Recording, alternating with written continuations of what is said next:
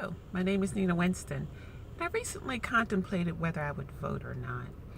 But there's always the guilt and the taboo of not honoring the struggle of our ancestors who died and in march for our right to vote.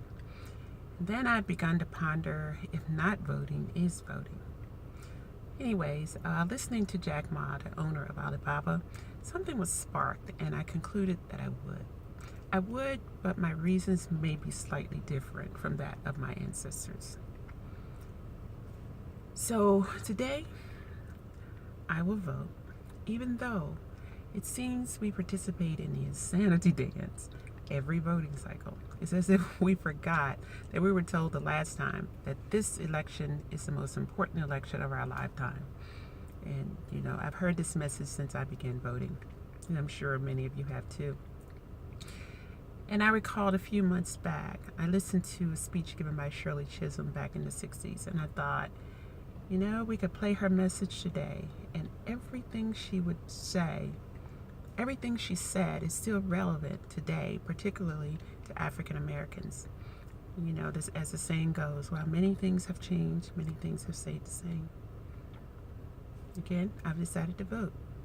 And I'm voting even though my candidate may not win, or that things will not change overnight, even over the next 4 years. Even though I have concerns that our system may be broken, that we might be living an illusion here, or that it's rigged. And I'm voting even though Congress no longer writes our laws, and that there are 15 corporate lobbyists, every congressman. I'm voting even though our voting machines are extremely vulnerable to tampering with no plans to secure them. I could go on and on and on, and I would imagine that you could share a few as well. But as I vote in the early election, I'm voting for a system that is us, that will come to address humanity's collective needs, wants, and desires. A system that moves us in the light of togetherness and prosperity for all. For all. A system that updates and embraces our children's way of learning.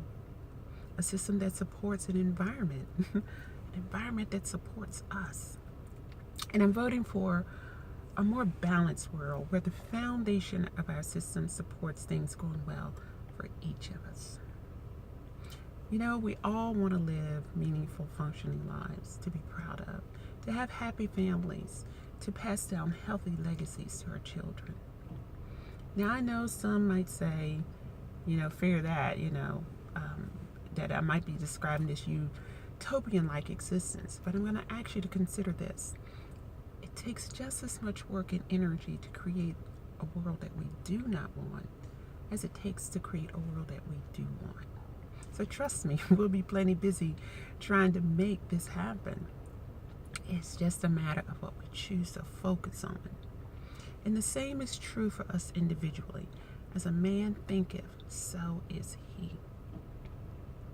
Now, once we vote, we must challenge our lawmakers to meet our vision. Because when we give up on our dreams and feel afraid and feel vulnerable, we become susceptible to the scarcity mindset that there's not enough for everyone.